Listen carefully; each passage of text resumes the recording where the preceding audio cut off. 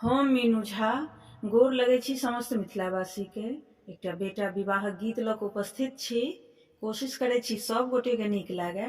धन्यवाद। जय मिथिला, जय मैथिली।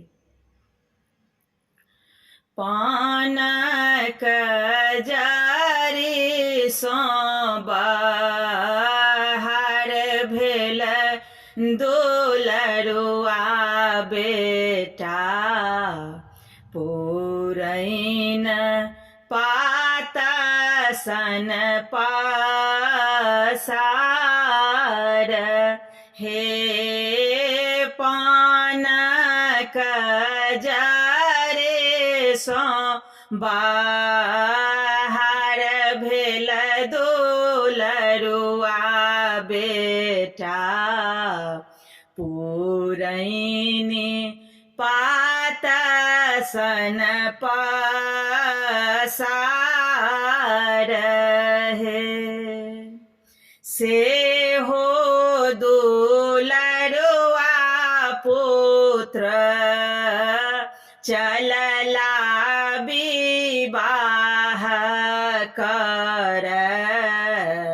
सासु निरेखे हुनकर मुँह, हे से हो दुलरुआ पुत्र, चलला विवाह कर। सासु निरेखे हुनकर मुँह, हे की रूपे आहे सासु हम अवतरलहुँ। नहीं रूपे गढ़ल सोनार, हे नहीं रूपे आहे सासु हम अवतरलहुँ।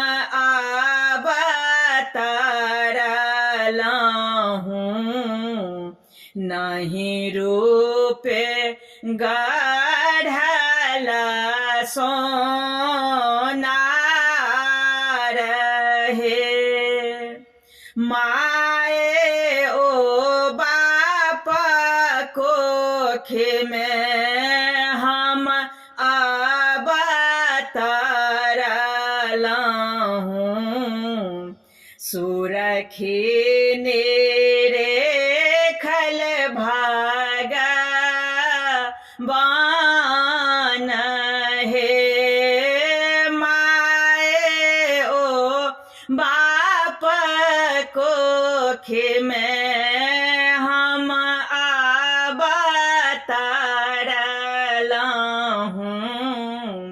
सुरखी